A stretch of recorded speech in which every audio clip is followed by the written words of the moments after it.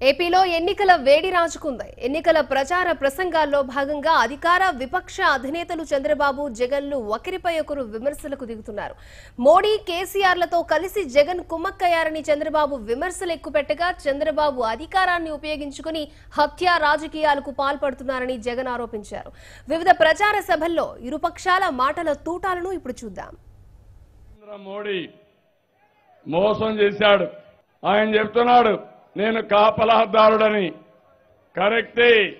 ఎవరికి కాపలా కాస్తున్నాడంటే నేరస్తులకి కాపలా, అవినీతి పరులు కాపలా. నీతి నిజాయితీగా ఉంటే సిబిఐ రైడ్లు, ఇన్కమ్ ట్యాక్స్ రైడ్లు, ఈడీ రైడ్లు ఎవరిచ్చారు మీకు ఈ అధికారం అడుగుతున్నా. ఏంటి కేసీఆర్ ఆకాశం నుంచి ఊడిపడ్డా తమ్ముడు? నా దగ్గర పనిచేసిన వాడు ఇప్పుడు నా మీదనే దౌర్జన్యాలు చేస్తున్నా అంటే కబద్దార్ కేసీఆర్. ఆంధ్రప్రదేశ్ పైన దాడులు చేయలేవు. ఇక్కడ ఫ్యాన్ ఉంది, స్విచ్ హైదరాబాద్ లో ఉంది, కరెంటు ఢిల్లీ నుంచి వస్తుంది. వాళ్ళ కరెంట్ ఇవ్వకపోతే, కేసీఆర్ స్విచ్ చేయకపోతే ఇక్కడ ఫ్యాన్ తిరగ తమ్ముళ్ళు. అది వాస్తవం. ఈ పార్టీ మనకు కావాలని మిమ్మల్ని అడుగుతున్నా. చంద్రబాబు నాయుడు గారికి పట్టిన దిష్టి చక్కగా తన భార్య తీస్తా ఉంది. కానీ ఈ రాష్ట్రానికి చంద్రబాబు నాయుడు గారి వల్ల పట్టిన దృష్టిని ఈ రాష్ట్రంలో ఉన్న అన్ని కొబ్బరికాయలు కలిపిన, అన్ని గుమ్మడికాయలు కలిపిన, అన్ని నిమ్మకాయలు కలిపినా కూడా ఆయన వల్ల పట్టిన దృష్టి పోతుందా అని అడుగుతా ఉన్నాను మీ అందరి తరఫున. చంద్రబాబు నాయుడు గారు మాట్లాడుతా ఉన్న అబద్ధాలను చూస్తే నిజంగా ఈ మనిషేనా అనిపిస్తుంది. ఎందుకు ఈ మాట అనాల్సి వస్తుందో తెలుసా?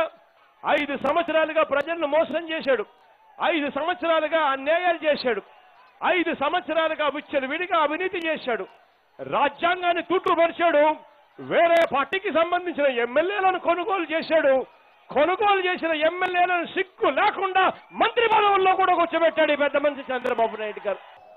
దుర్మార్గుల పార్టీ వైఎస్ఆర్ కాంగ్రెస్ పార్టీ.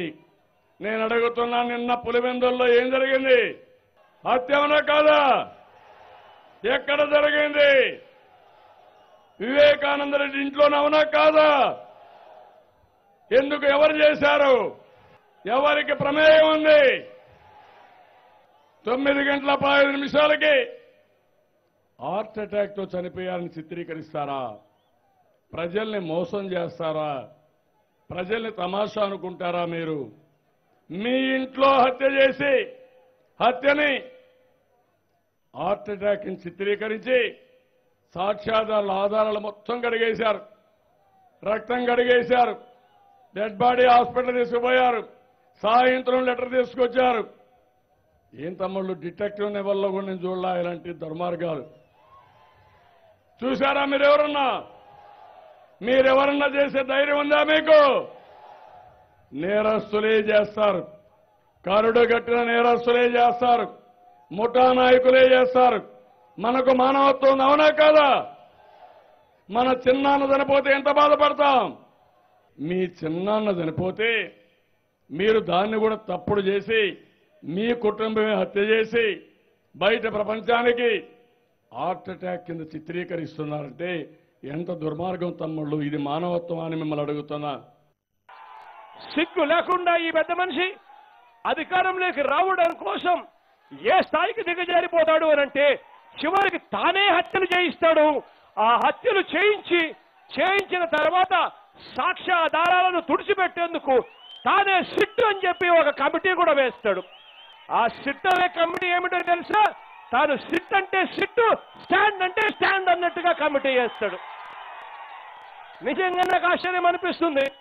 ఇదే పెద్ద మంది చంద్రబాబు నాయుడు గారిని సవాల్ విసురుతూ అడుగుతా ఉన్నా, అయ్యా చంద్రబాబు నాయుడు గారు, నీలో కలుముషం లేకపోతే సిబిఐ ఎంక్వైరీకి ఎందుకు వేయడం లేదు అని అడుగుతా ఉన్నా ఇదే పెద్ద మంది చంద్రబాబు నాయుడు గారు.